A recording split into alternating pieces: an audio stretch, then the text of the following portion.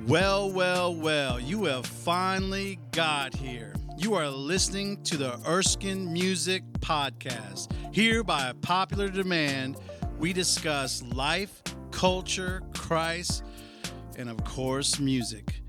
These half-hour broadcasts are perfect for a commute, coffee time, chat, or any other gap in your schedule where you want to put great content. So without further ado, let's join the conversation today, already in progress.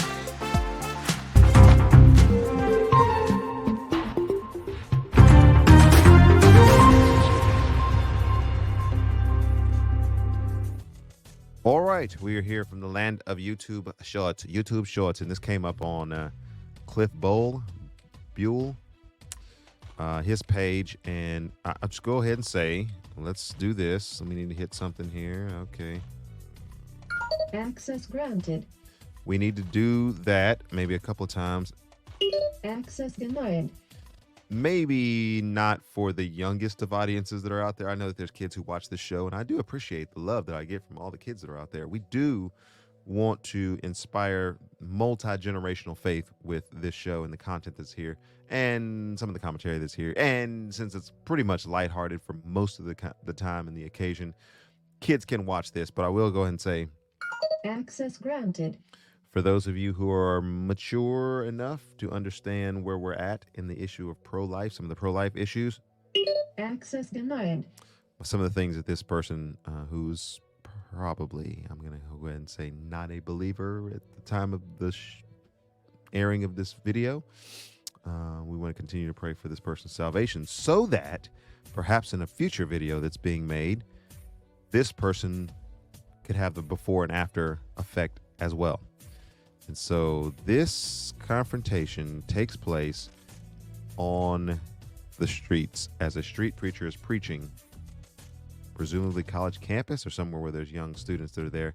Let's take a look and see what happens. For this young lady, yes, she has to be under demonic oppression to have joy about killing an innocent baby. Be sure to subscribe or follow for daily Christian content. Watch how God defends this street preacher. God loves you. God loves you, man. I had an abortion 2 years ago and I don't regret it at all. She said, I had an abortion years ago and I don't regret it at all. She makes it a point to go up out of her way to go tell this street preacher, who I don't know if he's said something about it or something triggered her, but just because the commentary is, the sound is a little low here, made it a point to go out of her way to talk about the fact that she had an abortion and that she's proud of it. So instantly there's this culture of death thing that's going on here that is all together, and I don't think it's maybe an overreach to call it demonic, that she's proud of that. Who's proud of those kind of sacrificial, Baal worshiping, demonic types of things? I know there's people who are shamed because of that. I know those people who felt like they were pressed into a corner and they had no options because of that. But who glories in the death of children? So this is what we're dealing with here. And that's why I was like, hey. Access denied. It's a spicy story, and it's one that I want to get to because I want to talk about street preaching. But listen to also what happens here. They yanked the fetus out of my uterus.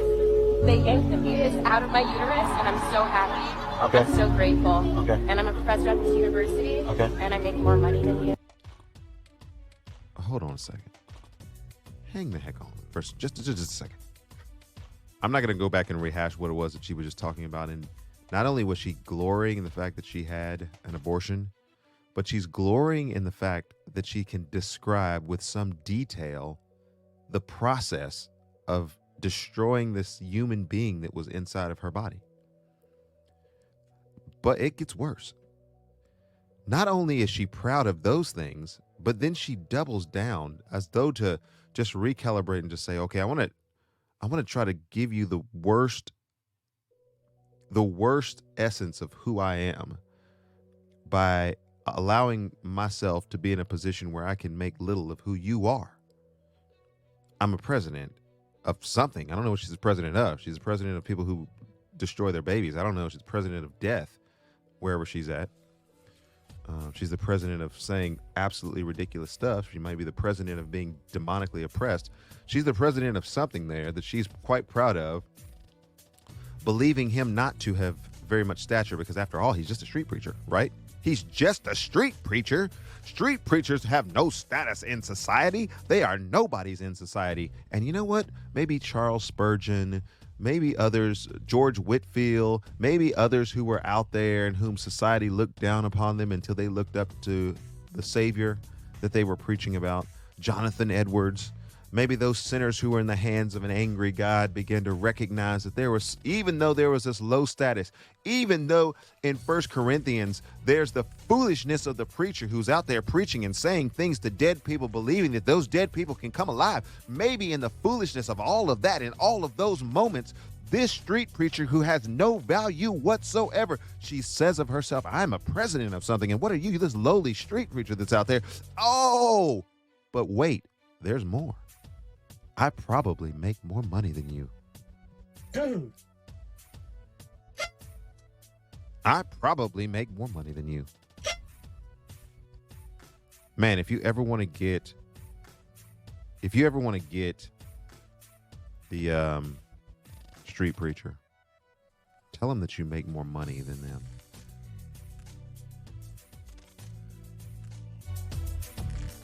I need my music. Oh, actually, this is the music that I need. Oh, it's about to be club up in this thing. So if you ever want to get the street preacher, tell the street preacher that you make more money than he does. I need more people to come up to me and tell me that you make more money than you. In fact, that would be like 98% of the American population. I'm wondering if there could ever be anybody that would come to me and be like, hey, I make less money than you do.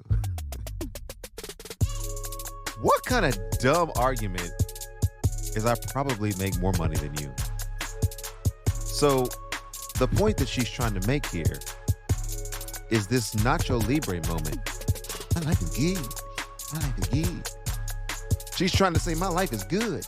And I'm doing all the things that this Bible that you're preaching about, that this word is telling you is a way that we should orient our lives and the way that we should live our lives. I'm doing everything that I possibly can do to not do what this Bible tells me I should do. I'm trying to break as many of the commandments as possible, and I'm coveting my money, and I'm trying to, as many of the commandments as I can think of, I'm trying to break those commandments.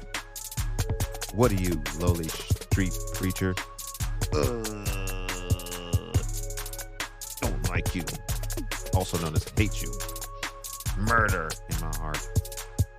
And so this could have got really touchy when I show you the rest of what's going on here. This could have got really bad. And if you've ever been out street preaching before, there's a thin line between love and hate. No, there's a thin line between you might go to jail because of what it is that you're preaching, but they might go to jail because of what they're doing.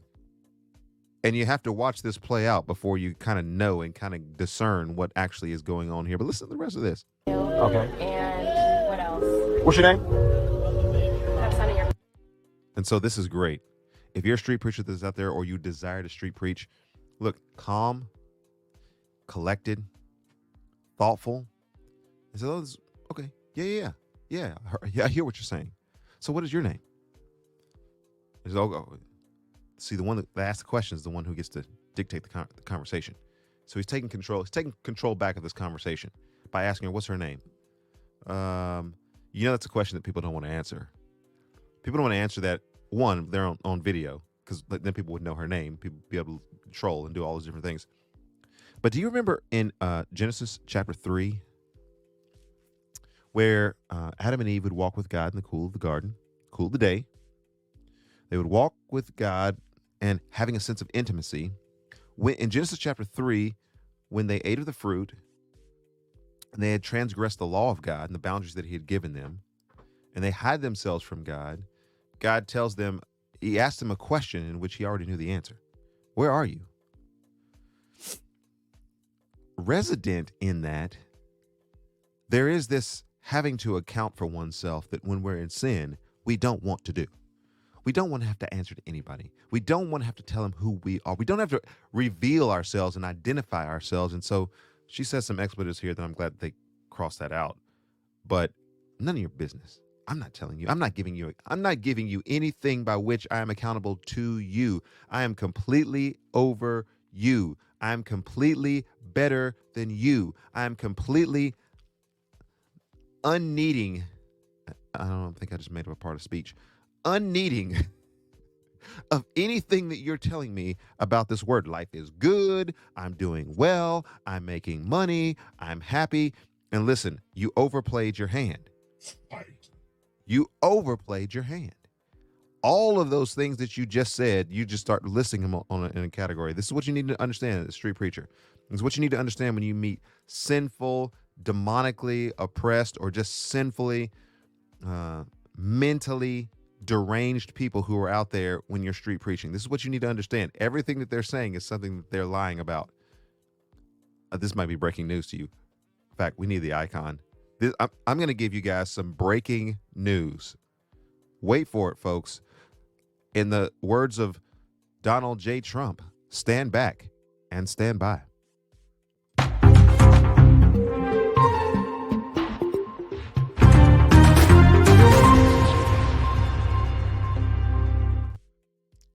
Stand back and stand by. I'm going to give you some breaking news.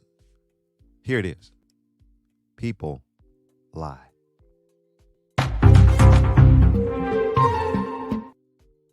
People lie all the time. Oh, really? Oh, okay. Yeah. Tell me more about that. Tell me more about how your life is just great. You were presumably going somewhere in the course of your day, and your life was going so great that there was this lowly, despicable street preacher that caused you to stop your otherwise fantastic life. You were doing well. You didn't need him for anything. You're so much better than he is. You're so much brighter than he is. You're so much more accomplished than he is. You're so much more articulate than he is. And so you stopped in the course of your perfect and pristine life to come up and grab his microphone and give him what for? Because your life is good? You guys do know everything that she said, it's the opposite of what she said. It's the opposite of what it is not what she said. It's the opposite. That's the context of her life. But this continues. But wait, there's more. We'll pray for you. Okay, we'll pray the Lord save you. We'll pray for you. We'll pray the Lord save you. Now get the heck out of my face. Give me my microphone back, sucker. In your face, sucker. Give me my microphone back. Could get a little touchy. But listen, the evangelist here, he's calm, he's metered, he's thoughtful, he's prayerful, he's patient, demonstrating the fruit of the Spirit. He might actually be a Christian. he might actually know the Lord. Oh boy. In your face, sucker. Beautiful. And so she decides, in his kindness to her, who has this perfect life, who was going about her day living her perfect, wonderful black Barbie life, that she would stop and she would call him expletives, because after all, he's going to pray for her and wants her to have even better life.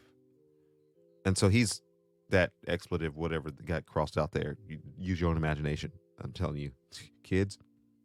Access denied. If you're a small child, don't watch this part. But no, I think everybody can come in on this part. Look at what happens in this scenario. And there's all sorts of BLM people. I know they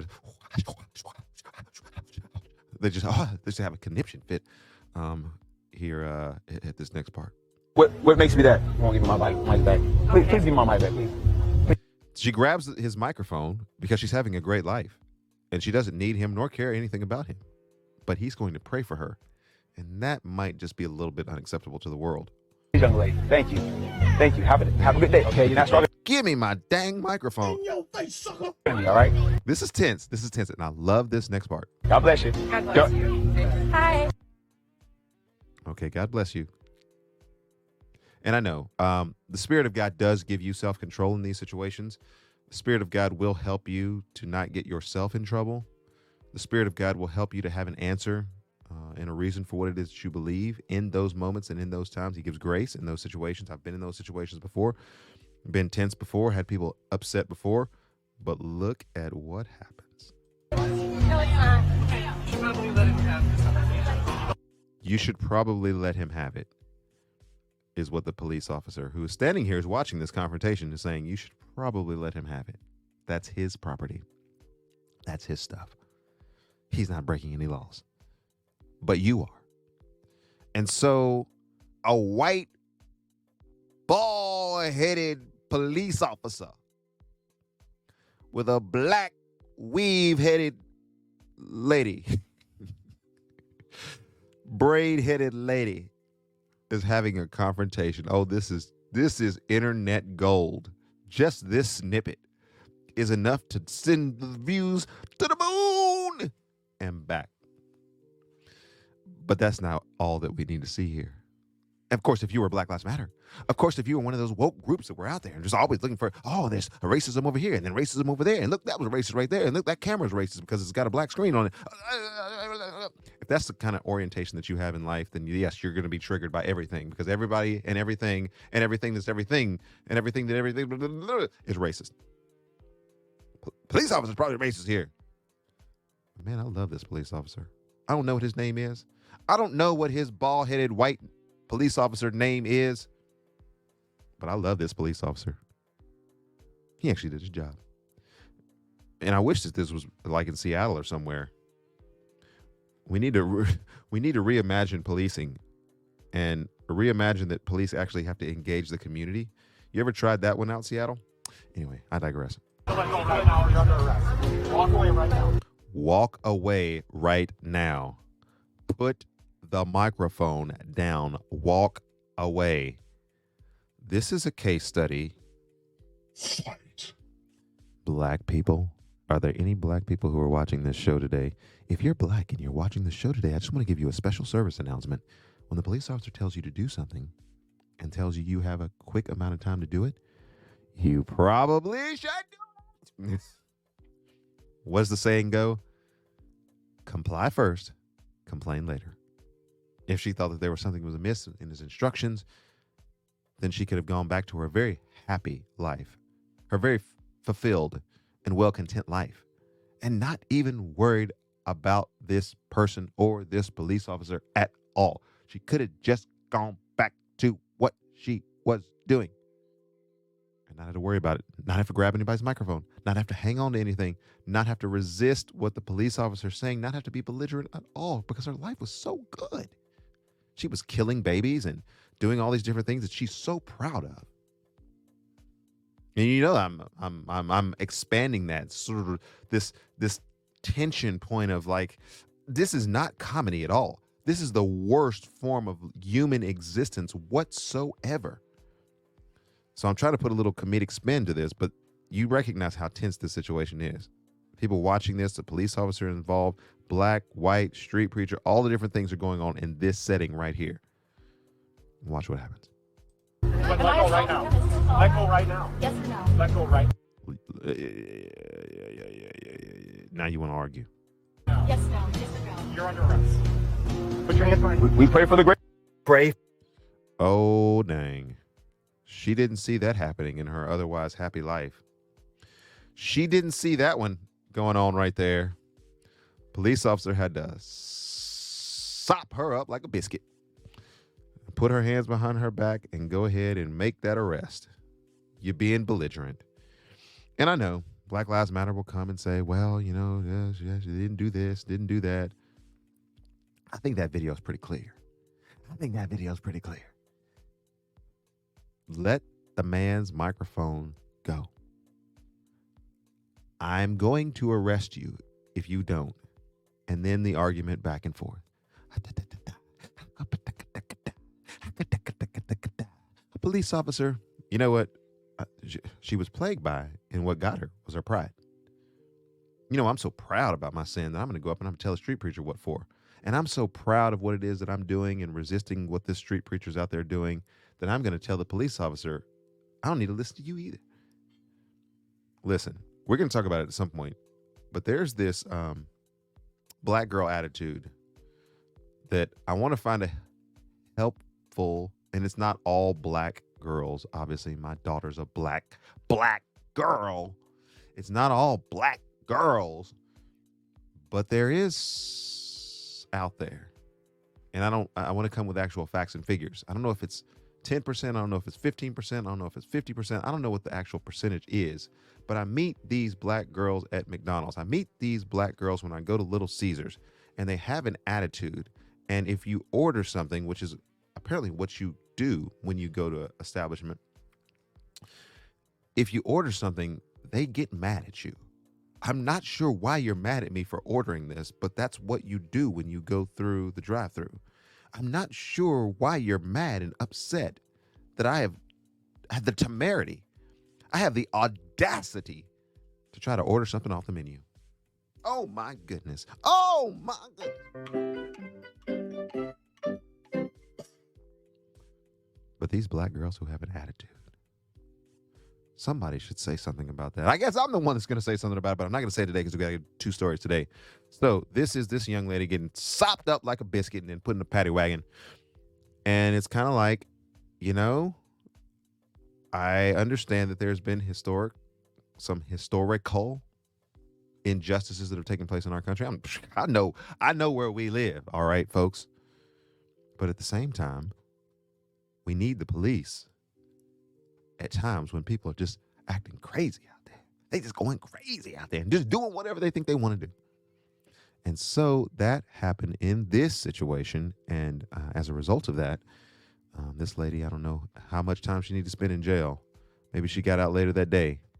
But yeah, that happened. And the takeaway that I have for that, and I guess the reason why I bring this up as a story is, man, there are some big cultural issues that are out there. You know, the one in pro-life I talk about all the time. I don't understand why my show hadn't gotten canceled yet, but I guess if it gets bigger, it will get canceled. I guess if I start to monetize, it'll get canceled. Some of the shows. But I'm going to be on this theme for a while. I'm going to be on this theme for a while. We've got to have some people of integrity who stand up and they say enough is enough. What's wrong is wrong. Killing babies is not right. It won't ever be right. I don't care what state can pass it. I don't care what lawyer can argue for it. I don't care what medical, because it's not a good medical or science, professional comes out and says what they think about it. Abortion is murder. Let me be very clear about that on the Erskine Music Show. Let me be very clear about that. And so to those who are in a desperate situation today, please understand that there is grace and that there is hope. And there's grace even to the point where you've come to today and thinking that maybe you want to terminate that life, but you don't have to go through with that. Maybe you have already gone through with that and you're not like this person. You're experiencing the guilt and the shame and the continued hounding of the hounds of hell as a result of what it is that you're doing. Please know that you can assuage the hot, fiery darts that are aimed and trained at you by repenting of your sin and casting yourself wholly upon the mercy of King Jesus. We got to get to 2 stories. Doggone it. I get so fired up in one story that I can't get to 2 stories. All right. So Erskine Music. Well, that certainly gives a sense of why people enjoy this show. Very engaging, very heartfelt. We will return to the conversation in a few moments, but first, let's thank our sponsors and you for all your awesome support. Moody Radio's Dawn and Steve Morning Show, Life Action Ministries, Fellowship of Christian Athletes, and Holt International. Thanks so much to our partners who make such a difference. Thanks, Jason. This is Dawn. And this is Steve of Don and Steve in the Morning on Moody Radio. You can find us online at donandsteve.org, or you can listen through the Moody Radio app. And as friends of the Erskine Music Show, we always enjoy the variety of topics our friend has on his show. So, on behalf of our show, thanks, Erskine, for bringing great Christ-centered topics to the people. All right, let's get back to the show. This is where it gets good. If you have a progressive agenda, look, you don't even have to really do any research anymore. Just find some black people that are out there Hey, black people, look, the issue is climate change. We really want to get some things passed. We want to get some, black people, climate change is really impacting the community. In fact, you guys would be able to do better in life if you weren't so concerned about climate change. Listen, raise your hand out there. Be honest. Be honest. Be honest on this show, because the Lord knows He's watching your heart. If you're a black person and you live in a neighborhood that perhaps is middle class, below middle class, or if you're a black person that lives in the hood, you definitely chime in on this one. How concerned are you about climate change? How concerned are you that climate change is the reason why people are shooting people in your neighborhood? Climate change is the reason why there's garbage that fills your neighborhood. Climate change is the reason why your schools are performing so poorly. Climate change is the reason why, kids seem to have no incentive to move forward in life. Climate change is the reason why you can't get jobs. Climate change is the reason why you don't have education. Climate change is the reason. You see what's going on here? And I don't even know if that was real. It may have just been a caricature. I can't verify if that was real. Maybe somebody was just clowning. But it's those kinds of things, whether that was real or not, and it may have actually been real. If it was real, that's heinous. If it was not real, then it's funny and it's satirical because it calls out a narrative that is going on in our society, and that is, if you want to do anything that is progressive, get some black people. Listen, I don't have time. Access denied. I don't have time to go into all this. But Jesse Jackson, Louis Farrakhan, Al Sharpton, perpetual generational legacy race baiters like those guys, I know for a fact that those guys, charlatans that they may be, will often find a cause by which they can politically align themselves in and say, let's go get some ends to go down and protest.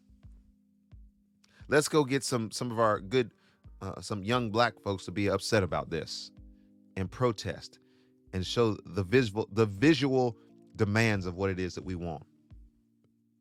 Race baiters that are out there blaming everything in the world on the white man, the white devil, the white knights who are out there. The South will rise again. That's why we can't do anything.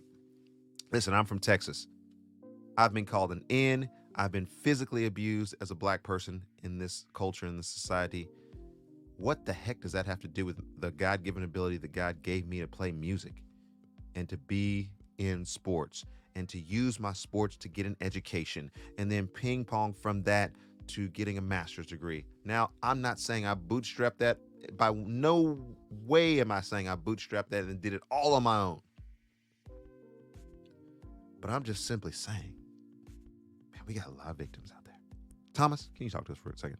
Years ago, when Jack Greenberg left the NAACP Legal Defense Fund to become a professor at Columbia University, he announced that he was going to make it a point to hire a black secretary at Columbia. I love this story. This would, of course, make whomever he hired be seen as a token black, rather than as someone selected on the basis of competence. This reminded me of the first time I went to Milton Friedman's office when I was a graduate student at the University of Chicago. Okay, so get the picture here of what it is that he's talking about. Before affirmative action comes out, and as affirmative action is coming out, it becomes popular to say, hey, we've got a black person that works for us. Oh, you hired the black person to fulfill a quota that was out there that you needed more black people. So this concept of a token black person, we're going to hire a black person to lead worship at our church. Well, how does he sing? Not very well. How does he play? Not very well. How does he actually spiritually handle the word of God in community? Not very well. But we needed a black person because if we don't have a black face up there, then black people are not going to want to come to our church. This tokenism happens in society and happens in church as well. What if the black person was extremely competent to be able to proclaim the word of God? What if the black person was extremely competent to be able to play the music and to handle the administrative duties that are there as a worship leader or worship feeder, as some would say? What if the black person was extremely competent to build their team and to present music to the glory of God, would you, here's my question to you as we get ready to get out of here, would you need to say of that black person, we have a black person that's doing that, or that we just have a competent worship leader? Well, you probably already know that when you hear that sound, there's music on the way. After all, this is kind of a music show. Sit back and enjoy. All the music can be easily found on your favorite digital distribution channels. Turn up the volume and here we go.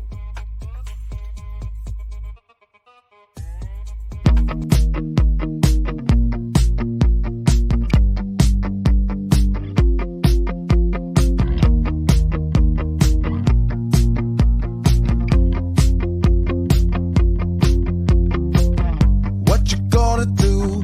What you gonna say? Is it time to run or is it time to stay?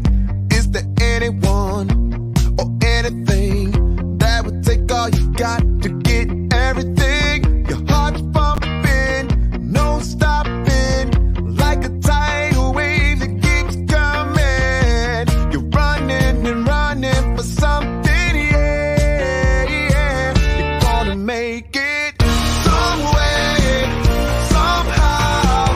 No one's gonna keep you down when you know what you're supposed to do. Then go do what you gotta do. Some way, somehow. I know you can turn it around when you know what you're supposed to do. Then go do what you gotta do. Yeah. Yeah, yeah. Do what you gotta do. Yeah, yeah, yeah. Do what you gotta do. Tell everyone, everywhere, go hard or go back from where you came. It's a big deal. This is so real. Can't stop it now. It's such a great thrill. Your heart's pumping, no stopping, like a tidal wave that keeps coming. You're running and running for something, yeah, yeah. You're gonna make it some way, somehow. No one's gonna keep you down when you know what you're supposed to do. Then go do what you gotta do. Some way, somehow. I know you can turn it around when you know what you're supposed to do. Then go do what you gotta do. Yeah, yeah, yeah. We can see the other side. Don't give up and don't stop trying. No matter what's in front or what's behind, you're gonna make it some way, somehow. No one's gonna keep you down when you know what you're supposed to do. Then go do what you gotta do. Some way, somehow.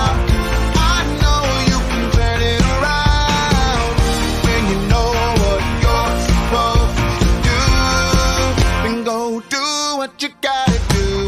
Yeah, yeah, yeah. Do what you gotta do. Yeah, yeah, yeah. Go do what you gotta do. Yeah, yeah, yeah. Do what you gotta do. Yeah, yeah, yeah. Go do what you gotta do. Why do we need to assign blackness or whiteness or whatever the difference is there? Why can't, and that was that not Martin Luther King's dream? Answer the question. Answer the question. In your face, sucker. Was that not Martin Luther King's dream? That we would not have to be categorized by the color of our skin, but by the content of our character. And this is what Thomas Sowell is talking about. So listen very closely to this example, and then I'm out today. Back in 1960, and I noticed that he had a black secretary. This was 4 years before the Civil Rights Act of 1964, and there was no such thing as affirmative action. Okay. Milton Friedman had the same black secretary decades later when he moved to the Hoover Institution, and she was respected as one of the best secretaries around. When I mentioned to someone at the Hoover Institution that I was having a hard time finding a secretary who could handle a tough job in my absence, I was told that I needed someone like Milton Friedman's secretary, and that there were not many like her. At no time in all these years did I hear Milton Friedman mention, either publicly or privately, that he had a black secretary. William F. Buckley's wife once mentioned in passing, at dinner in her home, that she had been involved for years in working with a school in Harlem, but I never heard her or Bill Buckley ever say that publicly. Nor do conservatives who were in the civil rights marches in the South, back when that was dangerous, make that a big deal. For people on the left, however, blacks are trophies or mascots, and must therefore be put on display. Nowhere is that more true than in politics. The problem with being a mascot is that you are a symbol of someone else's significance or virtue. The actual well-being of a mascot is not the point. Liberals all across the country have not hesitated to destroy black neighborhoods in the name of urban renewal, often replacing working-class neighborhoods with upscale homes and pricey businesses, neither of which the former residents can afford. In academia, lower admission standards for black students are about having them as a visible presence, even if mismatching them with a particular college or university produces high dropout rates. The black... I'm sorry I had to speed it up for the sake of time, but there's only one appropriate response to that. This man is cooking. Oh my goodness. Thomas Sowell is cooking. Look, I'm at an hour. I got to get out of here. But I'm just going to go ahead real quickly and just break down what it was that he said. The more you allow yourself to become a mascot, a treasure trophy, a black figurine, it is not about you.